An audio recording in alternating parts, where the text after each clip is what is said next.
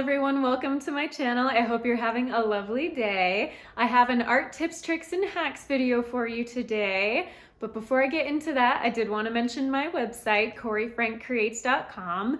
In particular, my art shop, which is on Redbubble. So linked from my main webpage is just, it says art shop. And when you click on that link, it takes you to my Redbubble art shop. And right now with code WINTER22, you will get 30% off pillows, blankets, tote bags, and tapestries. So if any item you choose happens to be one of those things, a pillow, a blanket, a tapestry, or a tote bag, you will get 30% off. Again, that is with code WINTER22. I'm not sure how long that discount code lasts, to be honest. So get on it quick because it may be here today and gone tomorrow kind of thing. So, and especially if you want things in time for Christmas, you're gonna wanna get your orders in right now. Otherwise, they will come in late after Christmas.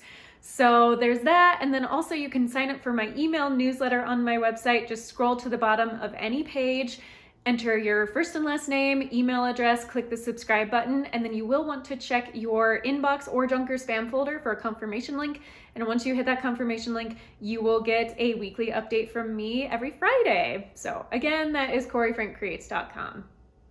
Well, you may notice I am in different surroundings than normal. I am dog sitting this week, so I'm in a different place than I normally am, but I am excited to bring this tip to you. It involves using Blu-Tack, which is one of my favorite kind of all-purpose materials. I have another video about using it to secure your paper to your work surface, which is really, really helpful. But this involves using Blu-Tack as a masking fluid, or in the place of masking fluid. I just have not had a lot of luck with masking fluid. It tends to be really messy. It doesn't go on cleanly. It doesn't properly cover everything. So I decided to experiment with some Blu-Tack, which is a very malleable material that you can kind of mold into different shapes, and see how that would work. And it turned out quite well. It's a great way and fairly affordable way to be able to lay something down that will block off a portion of your paper, and then you can go over with your watercolor paint, and then once the watercolor paint is dry,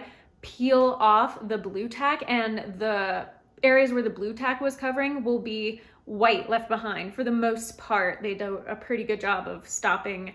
It does a good job of acting as a barrier against the watercolor. So I'm gonna demonstrate what that looks like. Part of the video will be in real time, part of it will be time-lapsed just for time's sake, but I'll go ahead and walk you through what that looks like if you wanna try it yourself. Here is what the Blu-Tack looks like. You can tell it's very stretchy and moldable, and you just have to kind of stretch it between your fingers. And I'm breaking off a very small amount, and then I am going to mold it to the proper shape. And for the first part of this, it's showing in real time, so you can get a sense of what it takes to mold it and shape it. It's not that hard. However, if you do get an area that is too thin, it will kind of stretch too much and the piece will break off. That happened a couple times, and that's okay. You just can keep reshaping, adding other pieces of the Blu-Tack back on if you need to, or breaking pieces off. And see, there you go, that one of those parts got a little too thin. So that little piece broke off, and I did want to go ahead and actually have it go all the way off the edge of the paper because I'm creating branches with this, and so kind of a thin coiled rope, and I'm totally okay with the fact that there are differences in width at different areas of this piece of Blu-Tack because branches themselves are going to have different widths and thickness at different points, so that is totally fine. And here I have time-lapsed it just to kind of make it a little quicker. It took about 5 minutes, maybe 6 minutes to kind of shape all of these pieces, but you can see you can get pretty detailed with it. I've got some very thin lines. You just want to press nice and hard onto your watercolor paper. And by the way, the paper is secured down to my work surface with Blu-Tack as well, so it's a really great material to use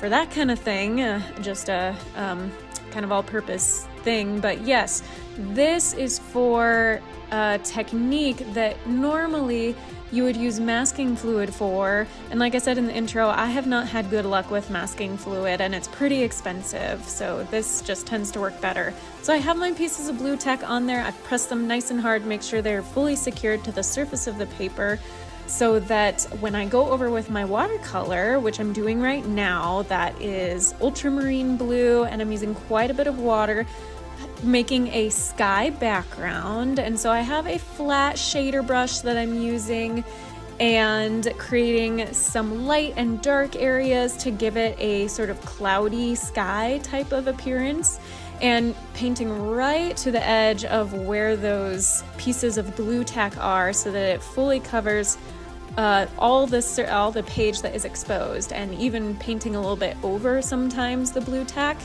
And of course I've time-lapsed it so you don't have to see all of that in real time, but you get the idea. So you paint over it, get your background, and then you want to let it dry completely, absolutely no wetness left, and you'll be able to tell with touch. So if it feels damp at all, you'll want to wait, but if it's completely dry, you can go ahead, just like I'm doing right now, and start peeling the Blu-Tack off. And it's very easy to do, and if your paint is completely dry, then it should leave behind a nice white kind of outline or silhouette, basically, where the Blu-Tack was.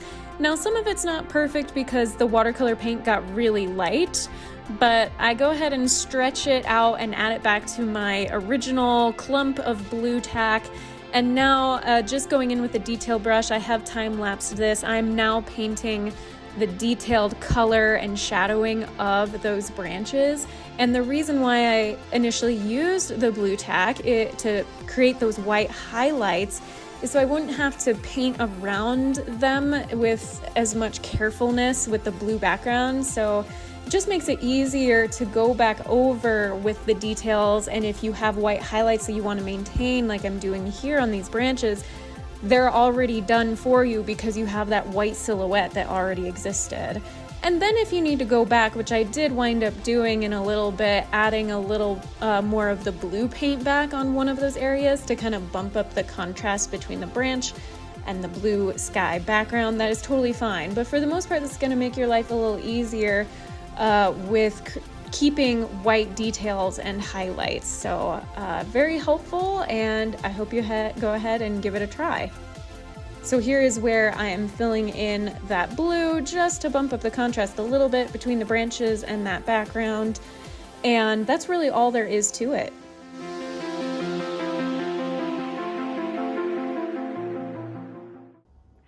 Thanks so much for watching. I hope you enjoyed that video and found it useful. If you did, please give it a thumbs up. Go ahead and subscribe to my channel if you haven't already. I'd really appreciate it. Until my next video, be kind to yourself, be kind to others, God bless, and I'll see you soon.